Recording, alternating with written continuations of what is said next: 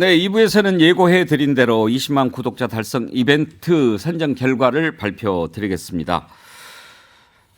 정말 많은 분들이 참여해 주셨는데 다시 한번 감사드립니다. 크루즈 선도 여행사 롯데관광의 400만 원 상당 크루즈 상품권을 받으실 분, 이번에 댓글창에서 추천을 받아서 선정을 했는데요. 댓글창에서 건전하고 활발한 토론 마당을 만들어 주신 분들에게 감사의 뜻을 전하기 위해서 이 방식을 채택했습니다. 역시 예상대로 방송 시작 전부터 일렬에 앉아서 시사 1번지를 응원해 주신 분이 가장 많은 추천을 받았더라고요. 또 기쁘고 감사한 깜짝 소식이 하나 있습니다. 지난번 시사 1번지 1주년 기념 행사로 오행시 공모 이벤트 하지 않았습니까? 그때 대상을 받으신 이은주님께서 이번에 개인 사정으로 여행을 못 가시게 됐다면서 20만 구독자 달성의 기쁨을 2배로 늘리고 싶다면서 크루즈 여행권을 쾌척하셨습니다. 그래서 오늘 당첨자는 한 분이 아니라 2분이 됐습니다. 예, 그러면 결과를 발표하겠습니다. 두두두두 한번 해줘요. 예. 당첨자 2분, 첫 번째 분은 임금님 기획 캔디님입니다. 네. 그다음 당첨자 한 분은 바다별장님입니다. 두 분이 가장 많은 추천을 받아서 크루즈 여행, 크루즈 상품권 받게 됐습니다. 모두 이 댓글 추천에 참여해 주신 분은 74분이셨는데요. 출처는 15분이 받았습니다. 하마터면 저도 갈 뻔했어요. 저를 추천해 주신 분이 2분이나 계십니다. 감사합니다. 그리고 양금덕 할머니를 추천한 분도 계셨는데요. 양금덕 할머니는 우리 댓글창에 댓글을 단 적이 없기 때문에 제외했습니다. 그리고 한 분이셨고요. 최종적으로 참 많은 분들이 참여를 해주시고 또 이렇게 해서 감사드리는데 이번에 참 제가 놀라운 게요. 역시 우리 시사 1번지 애청자님들 대단하시다. 얼마나 남을 배려하고 품격이 있으신 분들인가 새삼 깨닫게 됐습니다. 사실 좀 가고 싶을 수 있잖아요. 그런데 뭐 자기 찍은 사람은 한 분도 없어요. 그리고 이번에 재밌는 게 임금님 기획 캔디님, 바다별장님 2분이 이번에 선정이 됐는데 임금님 기획 캔디님은 바다별장을 추천했고 바다별장님은 임금님 기획. 아름답다. 아름답죠. 네. 우리 사회가 이 시사 1번지 정말 청취자 청취자분들. 수준만 된다면 우리 정치가 그렇게 된다면 그럼요. 저는 네, 정말 시사 서울이 1번지 좋고. 진행하면서 항상 그 2가지 감정을 느끼는데요. 자부심 그리고 두려움이에요. 정말 이렇게 훌륭한 분들 모시고 제가 방송하고 있다 하는 뿌듯함도 있고 정말 잘해야 되겠다. 허튼 소리하고 맨정신으로 나와야 됩니다. 아주 혼납니다. 예. 다시 한번 댓글 당첨되신 당첨이라기보다는 가장 많은 추천을 받으신 임금님 기획 캔디님, 바다별장님 2분 참 열심히 참여해 주셨죠. 시사 1번지 시작할 때부터 지금까지 한 번도 거의 빠지지 않고 참여해 주시고 특히 또 앞부분에 방송 시작 전부터 이분들이 만들어가는 토론 마당을 보면 얼마나 귀한지 몰라요. 정말 이런 식으로 우리나라 정치 문화가 형성이 돼가면 얼마나 좋을까. 이걸 잘 키워가고 싶은 생각이 들어요. 그래서 정말 이런 토론 마당이 만들어가는 정치 문화, 새로운 전범을 좀 만들고 싶다. 그런 욕심도 좀 생깁니다. 2분께 진심으로 축하드리고요. 2분은 우리 시사 1번지 주소 저희들이 띄워드릴 텐데요. 그곳으로 이메일을 보내주십시오. 자기 성함 그리고 연락처 그렇게 주시면 저희가 어떻게 크루즈 여행권 신청할 수 있을지 알려드리도록 하겠습니다. 네, 다시 한번 감사드립니다. 빠진 거 없죠? 행사가 정말 큰 행사였는데 감사가 부족했나? 너무. 두 분의 닉네임은 저희한테도 너무 일단 예. 익숙하고 그렇죠. 친근한 두 예. 분이어서 정말 축하드리고 싶습니다. 예. 뭐 50만 100만 또 거두세요. 아, 이걸 뭐 해야죠. 그렇게 30만 대도 하고 그렇게 하려고 합니다. 인기 순으로 했으면 아마 이 중에서 한번 나오기도 했을 것 같아요. 짱짱으로 가겠죠. 자, 오늘이 15일이고 이제 내일 윤석열 대통령이 가죠. 일본 방문하지 않습니까? 이번에 과연 어떤 성과를 거둘 수 있을지 기대도 되고 좀 염려도 있고 그런데요. 윤석열 대통령이 일본 방문 전에 요미우리 신문하고 인터뷰를 한 내용이 공개가 됐습니다. 요미우리가 보도한 거죠? 네. 예. 요미우리랑 인터뷰한 것을 국내 언론이 연합 등등이 보도를 했습니다. 인용 보도. 아니 요미우리도 이제 보도를 했더라고요. 예, 당연히. 예. 예. 요미우리가 일본에서 극우지입니다. 극우고 가장 예, 오른쪽에 부수가 많죠. 가장 부수가 많은 건 마이니치 요미우리, 마이니치, 아사히 뭐 야사이 이렇게 정도. 되는데 예. 그런데 이제 가기 전에 대체로 뭐 대통령이 이렇게 외국에 가게 되면은 그 나라의 유력 신문과 인터뷰를 해서 뭐 이렇게 저렇게 하기도 하고 그러는데 이번 그 강제징용 문제와 관련해서 내가 대통령 되기 전부터 예. 이 삼자 변제라는 아이디어를 생각을 했다. 그것이 가장 합리적이라고 생각했다라는 예. 거죠. 그리고 구상권에 대해서는 예, 전혀 뭐할 청구하지 생각이 않을 없다. 거니까 걱정할 필요가 없다. 그러니까 일본의 염려를 다 막아주었습니다. 일본에서 사실은 구상권 청구에 대한 걱정이나 우려가 있었던 게 사실인데요. 사실은 지난 3월에도 이 문제가 본격화됐을 때 기자들이 가장 많이 질문했던 게 바로 그것이었습니다. 구상권 청구를 하지 않으면 제3자 변제 방식 자체가 위법 논란에 빠질 수 있는데 구상권 청구 안 할 거냐라고 했었을 때도 문제가 됐었는데 이번에 대통령이 완전히 명토 박아서 확인시켜 준 거죠. 우리 정부가 그렇게 하지 않겠다. 그런데 구상권 청구가 10년입니다. 그러니까 내일 하게 되면요. 2023년부터 2033년까지 기한인데 대통령의 임기는 5년이거든요. 그런데 앞으로 4년 남았습니다. 이후에 정권 교체가 된다면 이게 또 바뀔 수가 있는데 어떻게 이렇게 호언장담을 할 수 있는지 일본이 이것을 그대로 받아들일지 아니면 여기 허풍이 좀 있다고 생각할지 저는 내일 기시다하고의 그 두 차례에 걸친 저녁 만찬을 통해서 어떤 내용이 나올지 정말 궁금합니다.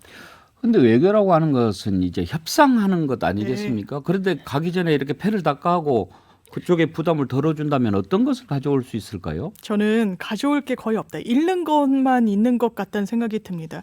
아니, 정세현 전 통일부 장관이 통찰이라는 책에서 이렇게 얘기하더라고요. 정말 나라를 이끄는 사람들은 머릿속에 특히 외교를 담당할 때 국익을 머릿속에 넣어야 된다라는 거예요.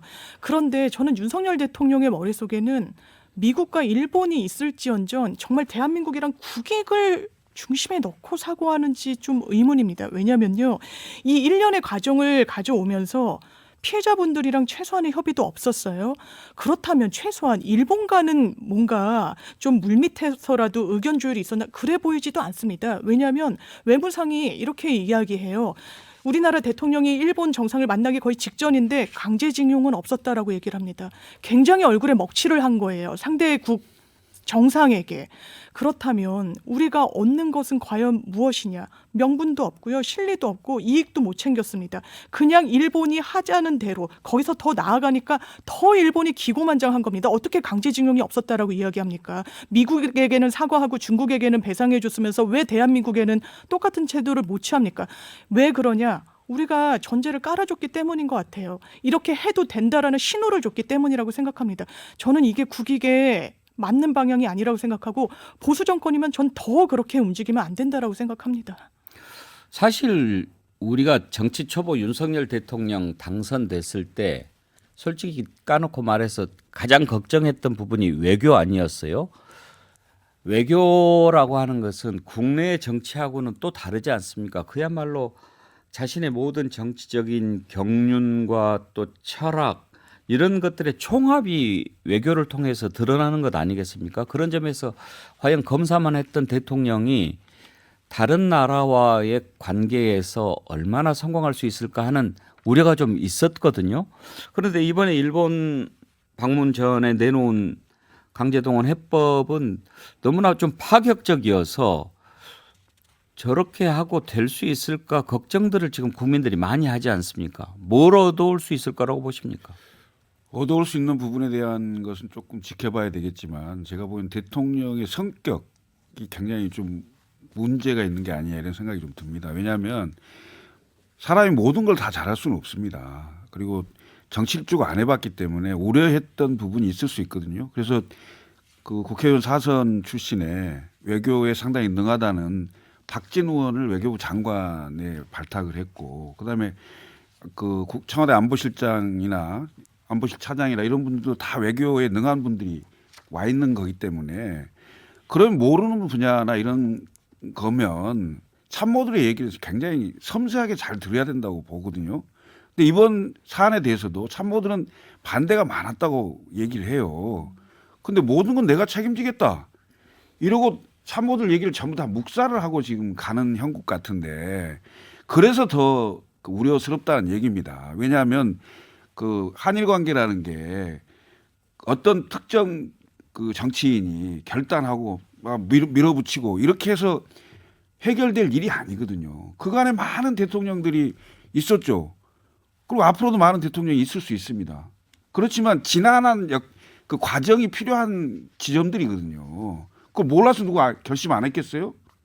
그렇지만 국민과 여러 정치적인 세력과의 어떤 합의점, 그런 것들을 가지고 하나하나 나가는 건데 뭐가 이렇게 급하다고 본인이 다 책임지겠다. 무슨 하늘에서 뚝 떨어진 내가 뭐다라는 식의 이런 식의 방식이 과연 국민들에게 설득이 되겠냐 이겁니다. 본인이 어떻게 책임을 집니까? 나라와 나라 사이의 문제를. 저는 지금 윤석열 대통령께서 취임 이후에 자유 다음으로 아마 강조한 단어가 국익일 겁니다. 그래서 국익 퍼스트 계속 얘기하고 다니셨는데, 저는 국익에 대한 좀 이해가 많이 부족하고 또 대한민국의 국격에 대한 저는 이해가 지금 드러난 거 아니냐 저는 이렇게 보는데요. 사실 국내 정치도 지금 제대로 잘 못 풀고 있지 않습니까? 근데 외교라는 것은 해외 정치거든요.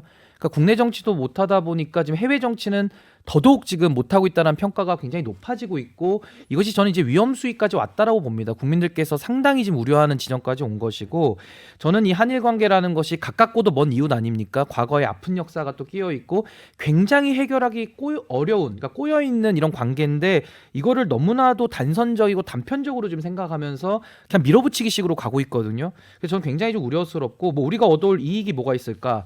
항상 강조하는 게 그거죠. 한미일 삼각 공조를 통해서 북핵에 대응해야 된다, 지금 이거거든요. 근데 외교 안보에 대한 그 국익의 측면에서도 일본의 이익과 대한민국의 이익이 완전히 일치하지 않습니다. 그 동맹 관계도 아니고요. 그래서 이 부분에 대해서 상당히 지금 뭔가 잘못 짓고 있다는 생각이 들고, 또 하나는 더 우려스러운 것이 만에 하나 지금 강제동원에 대해서도 일본 외무상이 부인하고 있는데, 독도 문제라든지 역사 왜곡 문제가 만약에 전면에 튀어나왔을 때 그때 어떻게 할 겁니까?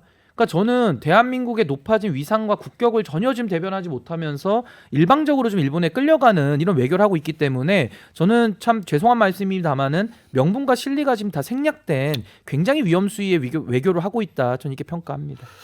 그래도 이번에 이제 이런 부담을 안고 일본을 가는데, 그래도 뭔가를 가져와야 이 여론을 누그러뜨릴 수 있지 않겠습니까? 지금 여러 가지 여론조사를 해봐도 대통령, 그러니까 지금 정부가 내놓은 해법에 대해서 반대하는 의견이 더 많지 않습니까? 네. 뭐를 가져와야 된다고 보십니까? 가져와야 될 것은 민주당에서도 잘 정리를 했는데 4가지 4대 요구안을 정리를 했는데요. 저는 후쿠시마 원전수라든가 아니면은 지소미아 문제라든가 등등 역사 왜곡 문제 등 있지만, 거기에다가 더 가져와야 할 것은 앞서 말씀하신 대로 걸핏하면 야스쿠니 신사 참배하거든요.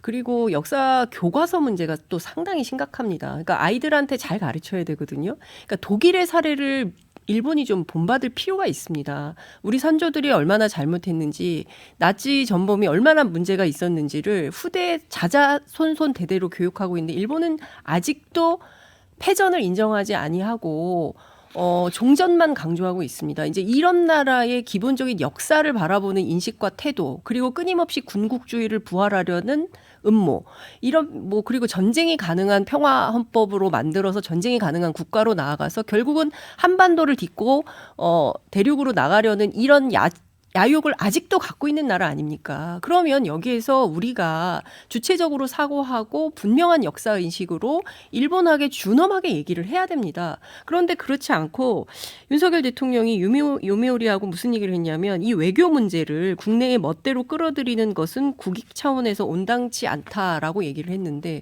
자, 여기에서 윤석열 대통령이 얘기하는 국익이 누구를 위한, 어느 나라 국민을 위한 그런 국익인지 묻지 않을 수 없는 상황인 것이고요. 무엇보다 이번에 가서 2번 저녁을 드시는데 두 번째 장소가 렌카테이라는 경양식 집인데요. 이게 오므라이스 돈가스로 유명한 집인데 이게 128년 전, 그러니까 근대화의 상징과 같은 식당이라는 거예요. 1895년에 어떤 일이 있었냐. 2가지 역사적 사건이 있습니다. 일본이 청일전쟁에서 승리하고요. 을미사변이 있었습니다. 을미사변 잘 아시는 것처럼 일본의 낭인들이 조선의 정궁인 경복궁에 쳐들어와서 명성황후와 궁인들을 시해한 사건이 있었습니다. 우리 이런 역사적 사실을 외면할 수 없지 않습니까? 그러면 저는 대통령이 그동안 김치찌개가 최애 음식인 줄 알았더니 일본에 따르면 오므라이스를 좋아하신다는 거 아닙니까? 전 그 얘기도 이번에 처음 들었는데, 오므라이스를 여기 가서 왜 먹어야 될까? 대통령이 원해서일까? 아니면 일본의 전략일까? 저는 2가지 메시지가 있다고 생각합니다. 하나는 을미사변 과 관련된 것이고요. 조선에 주는 메시지인 거죠. 한국에 주는 메시지. 하나는 중국에 주는 메시지입니다. 우리가 한미일 안보 협력을 해달라고 요구하는 것은 태평양 방위 아닙니까? 이 태평양 방위는 중국을 견제하는 것이지 북한을 견제하는 게 아니에요. 윤석열 대통령 늘 얘기하는 게 글로벌 복합 위기하고 북핵 위기 얘기하는데요. 이 2가지 문제를 한미일 협력으로 해결할 수 있고, 이게 시간이 흐르면 국민들이 다 이해해서 내가 정말 잘했다라는 끝내 좋은 평가를 받을 거다라고 주장을 하지만, 역사적 맥락을 무시하고 현재의 국민적 국익을 무시하고 이거 불가능한 겁니다. 특히 반도체 소부장 업체들이 난립니다. 가지 않습니다. 사지 않습니다. 이렇게 해서 우리가 국산화하지 않았습니까? 근데 결국에는 이 전략물자 수출 다시 일본으로 하면 우리 국내 기업들 또 걱정이에요. 이 문제에 윤석열 정부 아무 얘기도 안 하고 있습니다. 이런 중충적이고 복합적인 문제에 대해서 무슨 대안을 갖고 있습니까? 정말 답답하지 않을 수 없습니다. 중국이 우리의 주적이 돼야 됩니까? 우리 무역의 80%가 중국에서 옵니다. 그럼 또 다른 시장을 개척해 놓고 대안을 마련해 놓고 중국하고 손절한다. 이러면 우리 국민들이 오케이 할 수 있어요. 그러나 지금은 그런 상황 아니고요. 벌써 2달째 무역 적자가 227억 달러입니다. 정말 심각한 이 경제 위기 앞에 무슨 대안이 있습니까? 정말 답답합니다. 오므라이스에 그렇게 깊은 뜻이 있었군요. 장윤선 기자님 정말 말씀을 듣다 보니까 수호천사님 이런 걸 주셨어요. 우리나라에서 줄 건 다 주고 뭐 받나 했더니 오므라이스 받네. 저 어렸을 때 아버지 손잡고 창경원에 놀러 갔었어요. 저는 창경원인 줄 알았거든요. 창경궁이지 않았습니까? 예, 그렇죠. 예. 왕이 머물던 곳을 동물원과 식물원을 만들었던 나라. 그렇게 민족 문화를 말살했던 일본입니다. 지금도 반성과 사죄가 없습니다. 괜찮습니까?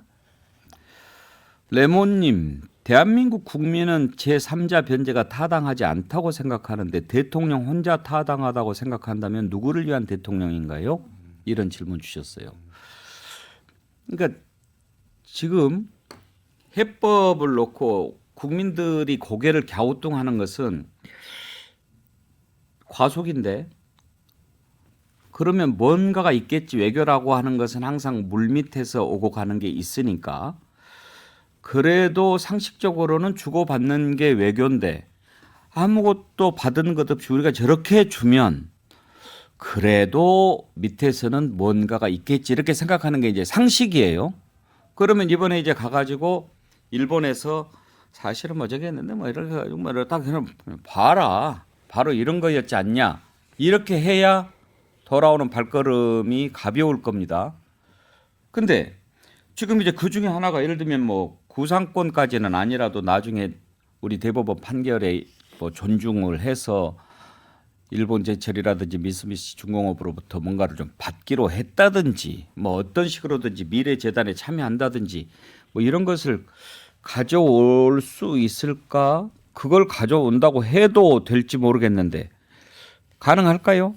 근데 저는 사실 그 문재인 정부 시절에 외교를 실패했다라고 했던 이유 중에 하나가 너무 북한에다가만 일방적으로 우리가 끌려갔고 심지어 남북 공동 연락사무소 폭발을 해도 우리가 이제 아무 말도 못하는 지경까지 갔거든요. 그러니까 어느 정도에서는 우리 국격을 지켜야 되는 겁니다. 그러면서 이제 이런 관계들을 맺어나가고 다변화해가지고 사실상 우리가 힘의 균형을 잃어가면서 주도권을 가져오는 걸 해야 되는데 지금 보면은 대한민국 외교라는 것 자체가 지금 대전략이 전혀 보이지가 않고 일본에 대해서도 마치 문재인 정부가 북한에 대해서 실패했던 그 스탠스를 그대로 일본에게 좀 끌려가듯이 가고 있거든요. 근데 당시에는 이제 북한과 우리와의 관계 그 특수성 때문에 국민들이 좀 이해하고 넘어가는 것도 있겠습니다만은 이것도 일본과의 관계 아니겠습니까? 그러니까 과거의 역사가 우리가 피해자고 또 가해자고 또 가해자가 반성도 안 하고 있기 때문에 이것을 이런 식으로 너무 심각한 문제를 신속하게 해결하려는 모습은 저는 이거 부작용이 굉장히 클 것이다. 저는 이렇게 봅니다. 인동초님, 장윤성 기자님 밤 이야기 듣다가 울 뻔했어요. BYL님 오늘부터 오므라이스 안 먹는다. 그러시면 야, 안 안 됩니다. 예, 오므라이스 하시는 분들 저 생각도 해주시고요. 뭐 그런 뜻이 있다. 그러니까 아니 저도 그냥 지난번에도 바이든 왔을 땐가 아주 뭐 허름한 일식당 오바마 왔을 땐가 뭐 저건 뭐 했죠. 트럼프 왔을 네. 땐가 일본에서 그런 식으로 많이 이제 국빈들을 하는데. 우리나라도 마찬가지죠. 왜냐하면 외교를 할 때 특히 이제 정상회담 할 때의 그 형식과 장소 이게 다 메시지거든요. 그럼요. 그럼 굉장히 중요한 그럼요. 메시지인데 지금 뭐 오므라이스 집을 얘기하고 128년 전 예. 얘기를 하니까 저도 깜짝 놀랐는데 그냥 뭐 좋아하는 음식 그 오래된 전통적인 식당에 가서 먹는다 이렇게만 생각할 문제는 결코 아니라고 보고요. 제가 보기에는 일본과의 관계에서 사실은 한미 동맹과 한미일 삼각관계에 따른 그 안보 논리로 사실은 중국과 북한, 북중러의 대륙 세력에 대항해야 된다 이런 그 강박관념 같은 게 굉장히 크다고 봅니다. 지금 한일 관계가 이렇게 급속하게 그 서두르는 이유가 뒤에 미국이 있는 게 아닌가 이런 의심이 그렇죠. 있는데 그렇죠. 그 4월 20일 26일 날인가요? 네. 그러니까 국빈 방문을 하는 건데 우리나라 대통령 중에 6번째로 국빈 방문을 하는 거예요. 국빈 방문 우리나라 대통령이 안 하신 분들도 있어요. 네. 그 국빈 방문을 예정해 놓고 이 한일 관계를 급속하게 막 서두르는 게 아니야 이런 느낌을 받는데 예. 서두를 게 있고 서두르지 않을 게 있는 거죠. 제가 보기엔 국민 감정에 국민 정서법이 완전히 어긋나는 거예요. 아무튼 가는 건 좋은데 정말 국민들이 실망하지 않게끔 잘 좀 해서 왔으면 좋겠습니다. 우리나라를 위한 길이니까요. 예, 수호천사님, 아까 줄 건 다 주고 뭐 받나 했더니 오므라이스 받네. 예, 자연주의 화장품 글래모에서 드리는 아이크림 선크림 세트 드리도록 하겠습니다. 오늘 수고 많이 하셨습니다. 네, 고맙습니다. 감사합니다. 감사합니다. 함께해 주신 여러분 감사합니다. 내일 오전 11시 다시 찾아뵙겠습니다.